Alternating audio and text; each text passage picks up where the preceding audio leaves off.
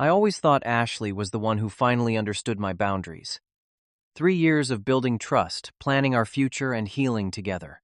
Then came our engagement party where I walked in to find the people who tormented me for 18 years, standing there with champagne glasses smiling, as if they had any right to witness my happiness. The betrayal in her eyes was not guilt but frustration that I would not play along with her surprise. Before I continue this story, let me know where you are watching from, and hit that subscribe button if family betrayal stories resonate with you. I met Ashley at my friend Michael's housewarming party 3 years ago. She was standing by the window taking photos of the sunset with her professional camera. I struck up a conversation about photography, and we immediately connected over our shared interests in capturing moments and hiking the trails around our city. Her warm smile and genuine interest in my thoughts made me feel instantly comfortable. Ashley had this incredible ability to light up a room. She was supportive, understanding, and seemed to genuinely care about the people in her life. After dating for several months, I knew she was special. We moved in together after 1 year, creating a peaceful apartment filled with photos from our adventures and quiet evenings cooking together. 6 months ago, I proposed at Sunrise Peak, our favorite hiking spot, as the morning light broke over the valley. When she said yes, I truly believed we would build a beautiful life together. What Ashley did not fully understand was the darkness I had escaped to build this new life. I grew up with 3 older siblings who made my existence a living nightmare. My brother Thomas was the ringleader, with my sisters Amanda and Stephanie eagerly following his cruel lead. Our parents worked multiple jobs to support us, leaving us unsupervised for long stretches. This gave my siblings endless opportunities to torment me. The incidents still haunt my dreams. Thomas held me underwater in our backyard pool until my lungs burned and spots appeared in my vision. Amanda told elaborate lies to my classmates, ensuring I had no friends throughout elementary school. Stephanie waited until the night before college application deadlines to destroy the essays I had spent months perfecting. When I complained to my parents, my siblings would gaslight me, convincing them I was making things up for attention. Thomas even manipulated our extended family, telling cousins and aunts that I was troubled and prone to lying. I left home the day after high school graduation with nothing but a duffel bag of clothes and $200 saved from my part-time job. I worked 2 jobs while attending community college, eventually transferring to a state university on scholarship. I changed my phone number, moved cities, and built a wall between my past and present. Years of therapy helped me process the trauma, though the scars remained. I created a chosen family of close friends who showed me what genuine care looked like. Despite having no family support, I built a successful career as a graphic designer at a respected agency. When I began dating Ashley, I was cautious about sharing my past. Initially, I simply mentioned that I was not close with my family. The fear of being judged or misunderstood held me back from sharing details. A previous relationship had ended when my partner minimized my trauma, suggesting I should just call my family and patch things up because siblings always fight. I had worked so hard to create peace in my life, and I wanted to protect that sanctuary. My therapist supported my boundaries regarding my family, assuring me that I did not owe anyone my story.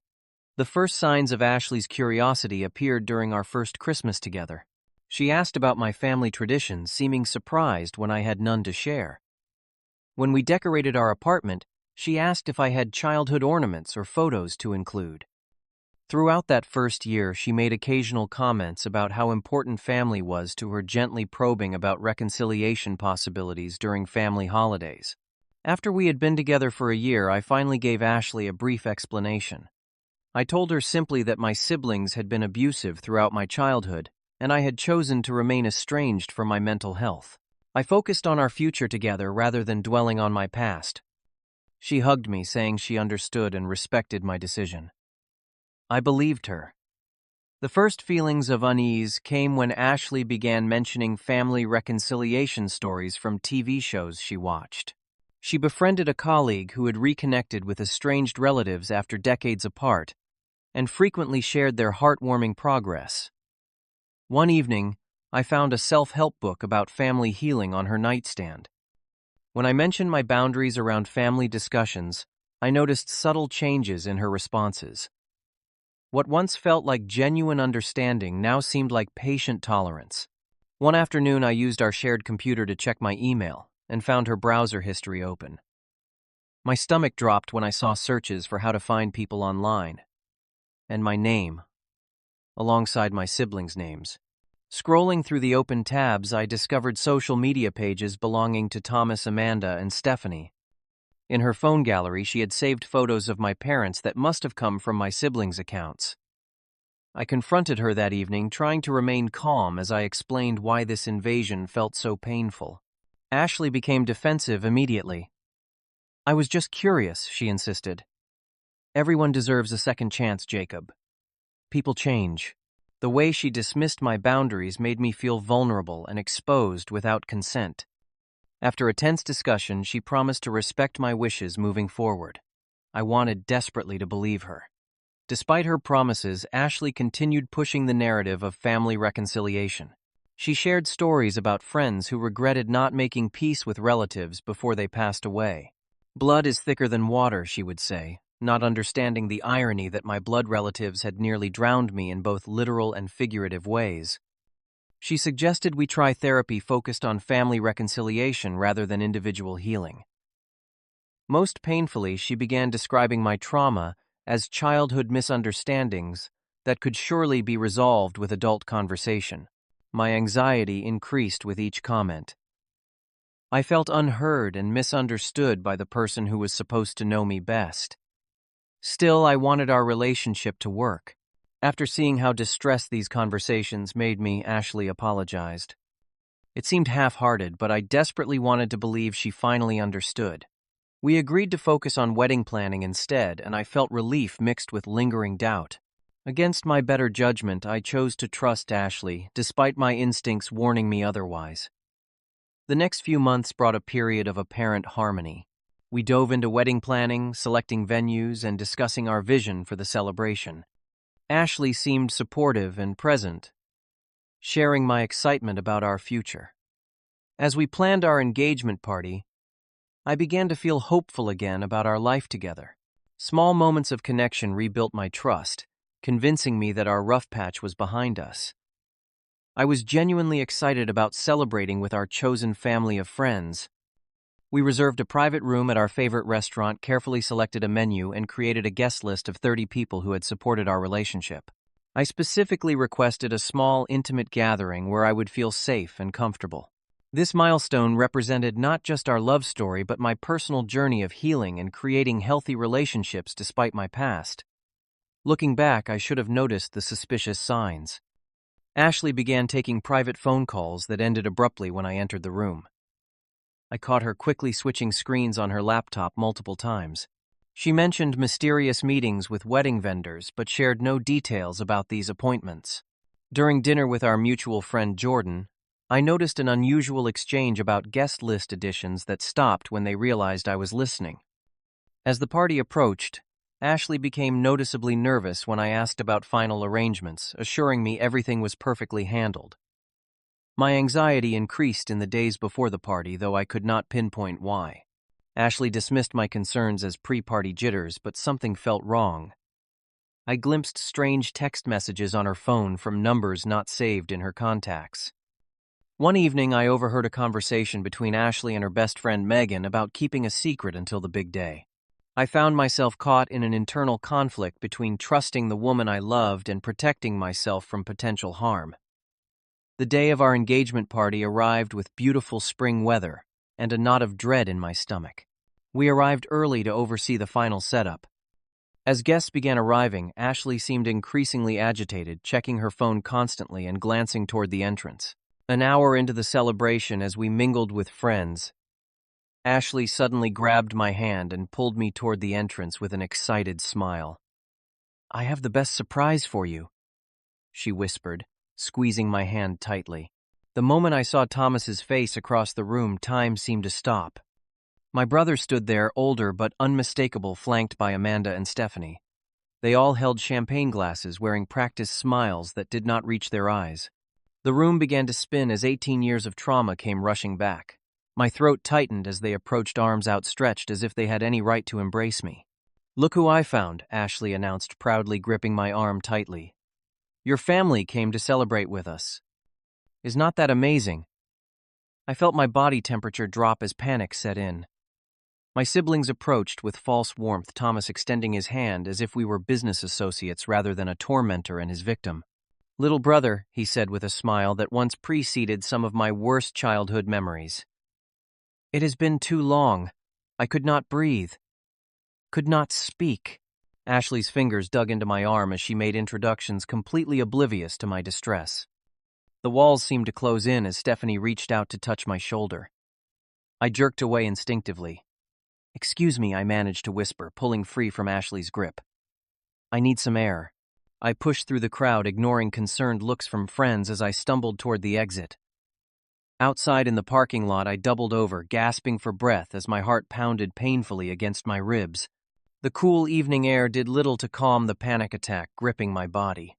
Footsteps approached from behind, and I turned to find Ashley storming toward me, annoyance rather than concern written across her face. "What are you doing?" she demanded. "You just walked out on your siblings. They came all this way to surprise you.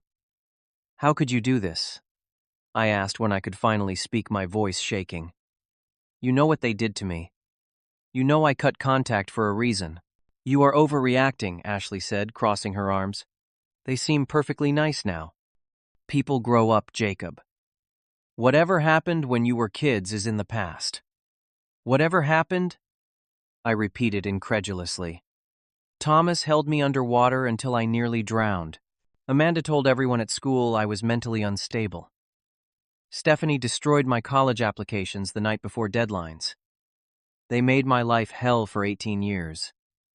Ashley rolled her eyes. "You are being so dramatic right now. This was supposed to be a beautiful moment of reconciliation. I spent months tracking them down and planning this surprise, and you are ruining our special night." That was when it truly hit me. She had spent months on this behind my back. Months of secret conversations, planning, and deliberate deception, all while knowing exactly how I felt about my siblings. "You had no right," I said, my voice growing steadier as clarity replaced shock. "No right to contact them, to share my personal information, to invite them into my life without my consent. You need to grow up and get over it," Ashley snapped. "Family is family. You cannot run from your past forever. Now you are embarrassing me in front of everyone." In that moment, something crystallized within me. This was not a misunderstanding or a well-intentioned mistake. This was a fundamental breach of trust from the person who was supposed to protect my heart. Ashley had prioritized her vision of a perfect family reunion over my mental health and explicitly stated boundaries. She had shared my location, my relationship status, and likely many other personal details with people who had abused me for years. "I cannot do this," I said quietly. "I need space. I cannot continue this party." Ashley's expression shifted from anger to disbelief. "You cannot be serious. You are going to ruin everything if you leave now." "I am serious," I replied, pulling my keys from my pocket. "This is not something I can just get over. You betrayed my trust in the most profound way possible." I walked to my car despite her protests, driving directly to Michael's apartment across town. The mixture of grief, clarity, and strange relief stayed with me throughout the drive. By choosing to leave, I had finally prioritized my own well-being over others' expectations, something my therapist had been encouraging for years. Ashley's pressure campaign began immediately. My phone buzzed constantly with missed calls and accusatory text messages. "Cannot believe you would embarrass me like this. Your siblings are heartbroken. Stop being childish and come home." Her friends began calling too, telling me I was overreacting and needed to give family relationships another chance. Not once did anyone acknowledge the severity of what had happened both in my childhood and at the party.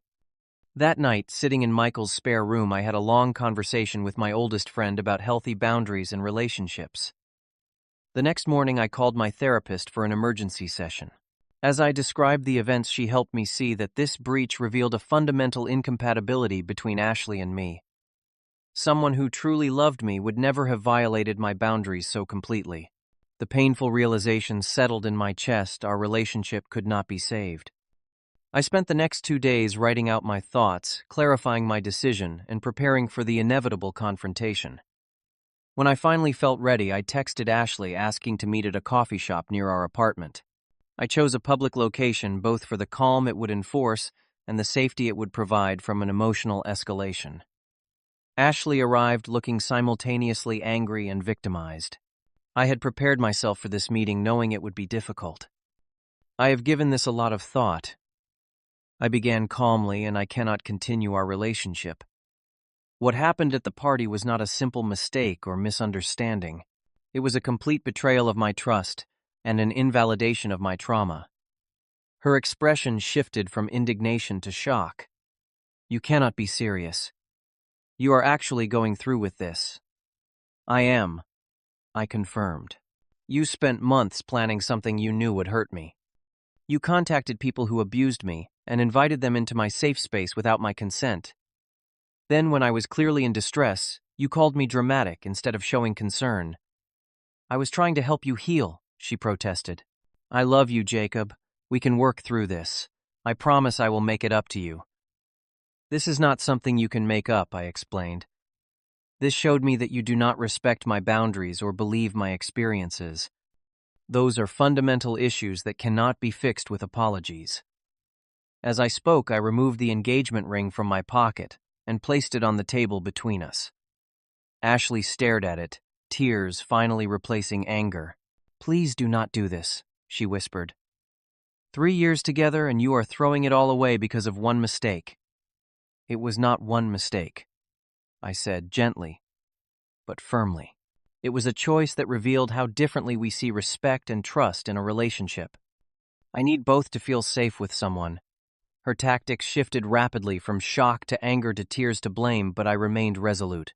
By the end of our conversation, I had made it clear that my decision was final, outlined expectations for separating our lives, and wished her well despite everything. Walking away from that coffee shop was one of the hardest things I had ever done, but I knew it was the right choice. The following weeks were a blur of grief and practical matters. Returning to our half-emptied apartment felt surreal. Waves of doubt crashed over me at odd moments, making me question whether I had overreacted. Mutual friends took sides, some understanding my position, while others believed I should have forgiven Ashley. Final messages from her alternated between angry accusations and tearful pleas to reconsider. My childhood nightmares returned temporarily, bringing back memories I thought I had processed long ago. The loneliness of nights without the future I had planned weighed heavily on me.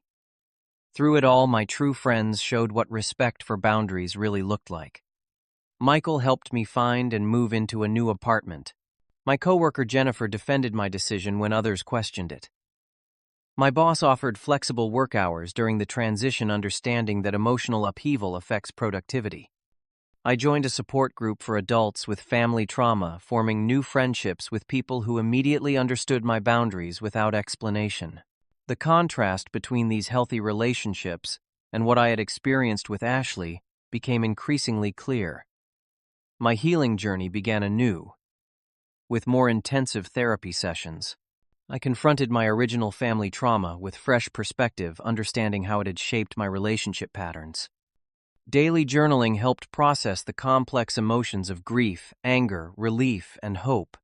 I rediscovered hobbies Ashley had subtly discouraged, like painting and hiking solo through challenging trails. Slowly, I learned to trust my instincts again, recognizing that the discomfort I had felt at her boundary violations was my self-preservation instinct functioning properly. Through this painful experience, I gained clarity about love and respect. I realized that love without respect is fundamentally broken, like a house built on sand. Looking back, I recognized patterns that should have been warning signs: Ashley's dismissal of my feelings on other topics, her need to fix situations rather than simply support, her belief that her way of handling relationships was inherently superior. I accepted that while compromise is essential in relationships, sacrificing mental health and personal boundaries is never an acceptable compromise. Most importantly, I learned that true love includes honoring each other's healing journeys even when they look different from our own expectations. The value of boundaries became clearer than ever. This painful experience helped me identify my non-negotiable boundaries with perfect clarity. I recognized that enforcing boundaries is not selfishness, but but an essential act of self-love. Healthy relationships should enhance healing rather than challenge it. Though walking away from a 3-year relationship and planned marriage was agonizing, I found new appreciation for my own strength in making that choice. This clarity extended to all relationships in my life, allowing me to communicate my needs more effectively with friends, colleagues, and potential partners. 6 months after the breakup, my life had transformed in ways I never expected. My new apartment reflected my authentic self with no compromises to someone else's taste or comfort. I received a promotion at work after channeling my emotional energy into creative passion projects that impressed our biggest clients. My friendships deepened as I allowed myself to be more vulnerable about my needs and boundaries. I began casually dating again, approaching new connections with clearer expectations and stronger self-knowledge. The freedom from constantly explaining or justifying my family choices brought a peace I had not experienced even during my relationship with Ashley.